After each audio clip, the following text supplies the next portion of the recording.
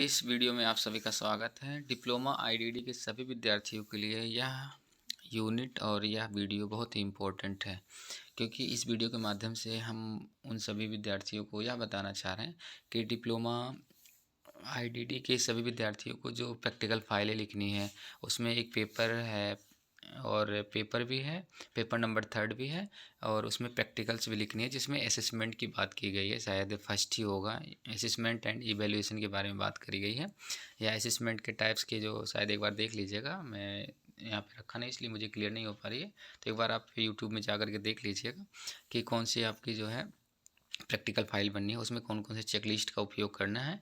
तो हम इस वीडियो में आपको दिखाएंगे कि चेकलिस्ट हमारी कितने टाइप्स की होती है और हमें कौन कौन से चेकलिस्ट पे कौन कौन से एज पे या किस एज के बच्चों के लिए हमें कौन से चेकलिस्ट का उपयोग करना होगा। चलिए हम वीडियो आगे को दिखाते हैं। उससे पहले हम आपसे यह बताना चाहेंगे कि वीडियो आप लोग ज़रूर देखें और फाइलें ज़रूर बनाएँ। हम असेसमेंट के बारे में बताने से पहले यह बताना जानेंगे कि जो मेंटल रिटार्डेशन होती है उसको हम कैसे आइडेंटिफाई करते हैं या उसकी परिभाषाएं क्या होती है। जैसे यह एक ऐसी अवस्था जिसको बदला नहीं जा सकता, जिसमें थोड़ा सा सुधार किया जा सकता है, अथवा 0 से 18 वर्ष के बीच हो सकती है। यानी कि जो मेंटल रिटार्डेशन के केसेस होते हैं वो 0 टू यानी कि जन्म से लेकर के 18 वर्ष के बीच हो सकते हैं, यानी बीच में बाई बर्थ भी हो सकते हैं, कभी भी उनकी समस्याओं को कारण हो सकती है। जैसे कि मानसिक मंदता का तात्पर्य सामान्य अर्थपूर्ण कमी से है, जिसका परिणाम स्वरूप अनुकूल व्यवहार में क्षति होती है और विकास की अवधि के दौरान अभिव्यक्त होता है। यानी कि जो इनका डेवलपमेंटल स्टेज होती है उस दौरान इनकी समस्याएं दिखने को मिलती है। अब इनकी हम पढ़ाई लिखाई के लिए किस तरह से आगे की प्रोसेस बताएंगे, आगे की वीडियो में आप लोग ध्यानपूर्वक सुनिएगा। इसमें यूनिट 4.3 की बात भी करेंगे और साथ के साथ आपसे ये भी बात करेंगे जो चेकलिस्ट है MDPS यानी कि मद्रास डेवलपमेंटल प्रोग्रामिंग सिस्टम, इसकी हिंदी में होता है मद्रास विकासात्मक कार्य प्रणाली। इसके बारे में हम आपको बताते हैं और आप ध्यान से लिख भी लीजिएगा इसमें क्या क्या चीज़ें शामिल की गई हैं। इसमें मद्रास विकासात्मक कार्य प्रणाली यानी कि MDPS का निर्माण प्रोफेसर जयचंद्र विमला और कुमार ने किया था। इसके द्वारा मानसिक मंद बालक व्यक्तियों के अनुकूल व्यवहार का आकलन किया जाता है तथा उनके कार्यात्मक शैली यानी फंक्शनल स्किल्स के बारे में सूचना मिलती है। इस उपकरण में कुल 360 अवलोकन योग्य क्रियाएं हैं, जिनकी 18 कौशल क्षेत्रों के अंदर रखा गया है। प्रत्येक क्षेत्र में 20 क्रिया है। प्रत्येक कौशल क्षेत्र का निर्माण विकासात्मक चरणों के आधार पर किया गया है। इसमें 18-20 चरणों के बारे में हम एक एक करके बात करें। पहला सकल शारीरिक, दूसरा सूक्ष्म शारीरिक, खाने संबंधित, नेक्स्ट है कपड़े पहनना, नेक्स्ट है श्रृंगार, शौचालय, ग्रहणी ग्रहणशील भाषा, उद्योतक या जतलाने वाली भाषा, सामाजिक, लिखावट, संख्या, समय। और उसके बाद आगे आता है रुपए पैसे, धन दौलत, घरेलू, सामाजिक, मनोरंजन, व्यवहार, पढ़ाई। ये टोटल में आकर के 18 जो एरिया स्किल हैं। अब एक एरिया में 18 स्किलों की संख्या होती है, उसके बारे में हम आगे चर्चाएं करेंगे। सबसे पहले हम वह बताना चाह रहे हैं कि यहाँ इस चेकलिस्ट का उपयोग जो है आगे बताते हैं एक एक करके। प्रत्येक कौशल क्षेत्र में शामिल है। प्रत्येक कौशल में 20 कौशलों की सूची है जो सरलता से यानी कि सरल से कठिन की ओर बढ़ते हुए क्रम में आयोजित की गई है। इस प्रणाली के सेवार्थ वर्तमान में कौन से कार्य कर सकते हैं, किस कौशल में संपादित करते हैं, ये सारी जानकारी है। इसके माध्यम से हम आगे बताने की कोशिश करेंगे, क्योंकि एक एक पढ़ेंगे तो शायद बहुत ज़्यादा समय लग जाएगा, इसलिए वीडियो लंबी हो जाएगी। तो मैं नहीं चाहता कि बहुत ज़्यादा वीडियो लंबी हो, क्योंकि वीडियो लंबी होने पर तो आप लोगों को थोड़ा समय लग जाएगा। यानी कि जो हमारी चेकलिस्ट MDPS थी, आप लोग इसको ध्यान से सारी लिख लीजिएगा। प्रैक्टिकल फाइल में आपको लिखने की आवश्यकता होगी। अब हम दूसरी चेकलिस्ट की बात करते हैं, FACP functional assessment checklist for program. यह जो है 3 से लेकर के 16 वर्ष तक के बच्चों के शैक्षणिक आकलन के लिए प्रयोग किया जाता है, जिसका विकास आगे हम बता रहे कौन किया था। एक समय था जब विशेष शिक्षण मूल्यांकन एवं कार्यक्रम निर्धारण बुद्धिलब्धि के आधार पर किया जाता, परंतु समय के साथ विशेष शिक्षा का विकास एवं बढ़ते हुए अनुभव के नई तकनीकी विकास में वर्तमान समय बच्चों को कार्यस्थल एवं उम्र को देखकर कार्यात्मक निर्धारण किया जा सकता है। इस आकलन प्रणाली का विकास मद्रास मानसिक मंदिर शमशान सिकंदराबाद के विशेष शिक्षा विभाग के जयंत नारायण ने किया था। इसके शैक्षणिक मूल्यांकन तकनीकी तालिका की एक श्रृंखला विकसित की गई है। इसके पूर्व प्राथमिक से पूर्व व्यावसायिक सहायता 0 से लेकर के 18 वर्ष के मानसिक मंदित बच्चों के कार्य योजना बनाने में मदद मिलती है। मिलती है। इसमें दी गई क्रियाओं आसानी से समझाया जा सकता है। दैनिक जीवन क्रियाकलाप के लिए आवश्यक होती है क्रिया अवलोकन योग्यता तथा आयु के अनुरूप बनाए गए तथा समझाए में आत्मनिर्भर जीवन यापन करने में सहायता होती है। जांच पत्र की श्रृंखला कुल 7 मूल्यांकन तालिका, प्रत्येक तालिका में क्रियान्वित अलग अलग स्तरों में बताए गए, जैसे पूर्व बुनियादी विद्यालय, पूर्व प्राथमिक स्तर 1, प्राथमिक स्तर 2, माध्यमिक, पूर्व माध्यमिक 1 और 2, संरचित सामूहिक में, यानी कि इनकी क्लासरूम की डिवाइडेशन की गई है, उसको अलग अलग स्तर में किया गया है। और इनकी जो अलग अलग स्तर है, जैसे आगे बात करते हैं, प्रत्येक स्तर में आवश्यक कौशल सावधानीपूर्वक चुना गया है और प्रत्येक कक्षा के अंदर कुल 5 क्षेत्र चुने गए, जैसे व्यक्तिगत, सामाजिक, शैक्षणिक, व्यावसायिक और मनोरंजन कक्षा। जब बच्चा किसी एक कक्षा में 80% अंक अचीव कर लेता है तो अगले क्लास में भेजा जाता है। इसको हम नंबरिंग किस तरह से करते हैं उसके बारे में दिया। प्लस अगर बिना किसी मदद के वो करता है तो हम उसे सीधा प्लस देंगे। अगर सी का मतलब कभी संकेत देने पर करता है, वी यानी कि वीपी देंगे कि जब उसको ओरल मौखिक सहायता से यानी ये लागू नहीं होता तो यानी कर देंगे। पीपी का मतलब शारीरिक सहायता, एम का मतलब मॉडलिंग, और नहीं कर पाता यानी बच्चा उस कार्य को बिल्कुल नहीं कर पाता, उसको हम माइनस दे देंगे। माइनस का मतलब कुछ बिल्कुल कर नहीं पाता। हम क्लासरूम की प्रगति कैसे देखते हैं, जैसे पूर्व प्राथमिक स्तर का है, वो किस तरह से आगे बात करते हैं। 3 से लेकर के 6 ईयर का जो बच्चा होगा, व्यक्तिगत, सामाजिक, शैक्षणिक कौशल मनोरंजन होता है।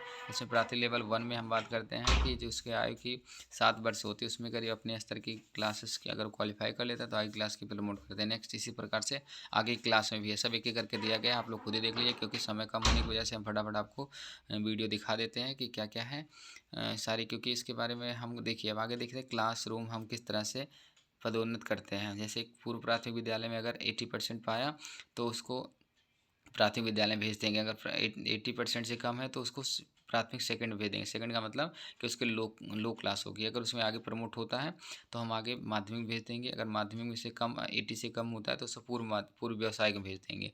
और अगर पूर्व व्यावसायिक सेकंड में और माध्यमिक से सीधा 80% अचीव करता है तो पूर्व व्यावसायिक फर्स्ट में जाएंगे। फर्स्ट का मतलब उसका टॉप क्लास उसकी प्रमोट की जा रही है। अगर वो नहीं कर पा रहे तो उसको साइड में कर दिया जाता है कि इसको और एक बार ट्रेनिंग दी जाएगी, फिर उसको प्रमोट कर दिया जाएगा। यानी कि जो हमारी प्राथमिक लेवल सेकंड है, पूर्व व्यावसायिक लेवल सेकंड है, इसको हम तब देते हैं जब उसको प्रमोशन में समस्या होती है। यानी कि सोचते हैं 1 साल और आगे पढ़ाएंगे उसके बाद आगे क्लास के लिए प्रमोट कर देंगे। उसके बाद नेक्स्ट जो है बात करते हैं व्यावसायिक प्रशिक्षण, यानी कि अगर कोई बच्चा 18 ईयर से ऊपर हो गया है और अच्छे से आपकी पढ़ाई को समझ रहा है तो उसको हम व्यवसाय भेज देंगे। उसके बाद खुला अवसर रोजगार के प्रोत्साहन करेंगे। और साथ में इसके बाद में ये है संरचित समूह, और ये अलग दिया। तो इनके लिए क्या होती है कि जिन बच्चों को कुछ भी जैसे माइल्ड मॉडरेट सीवियर के बाद प्रोफाउंड लेवल के जो बच्चे होते हैं तो उनको क्या होती है कि एकेडमिक ना सिखाते हैं, उनको एक संरचित केयर गृह में भेज दिया जाता है, जिसके माध्यम से उनको ये दिखाया जाता है कि आप यहाँ बैठिए आराम से और एक दूसरे के साथ कैसे वार्तालाप करना है। वार्तालाप तो खैर नहीं कर पाते हैं, लेकिन क्या होती है कि एक साथ बैठने में उनको ये पता लगता है हाँ जी हमें स्कूल जाना है, क्योंकि घर रह के कोई भी बच्चा बोर हो सकता है, तो इसलिए उनको स्कूल की आवश्यकता पड़ती है, इसलिए उनको स्कूल भेजना आवश्यक। अब हम बात करते हैं कि इसके आकलन में दिव्यांग बच्चों की सूची किस तरह से की जाती है। इसके बारे में आगे यहाँ पे चर्चाएं की गई हैं, इसके बारे में आप लोग खुद ही देख सकते हैं। इसके लिए हम जो मापन होता है इसके लिए हम नंबरिंग किस तरह से करते हैं, प्लस, बिना मदद के, सीपी वीपी मॉडलिंग, जैसा कि ऊपर हमने आपको बताया था। इसके बाद फिर आगे हम बात करते हैं।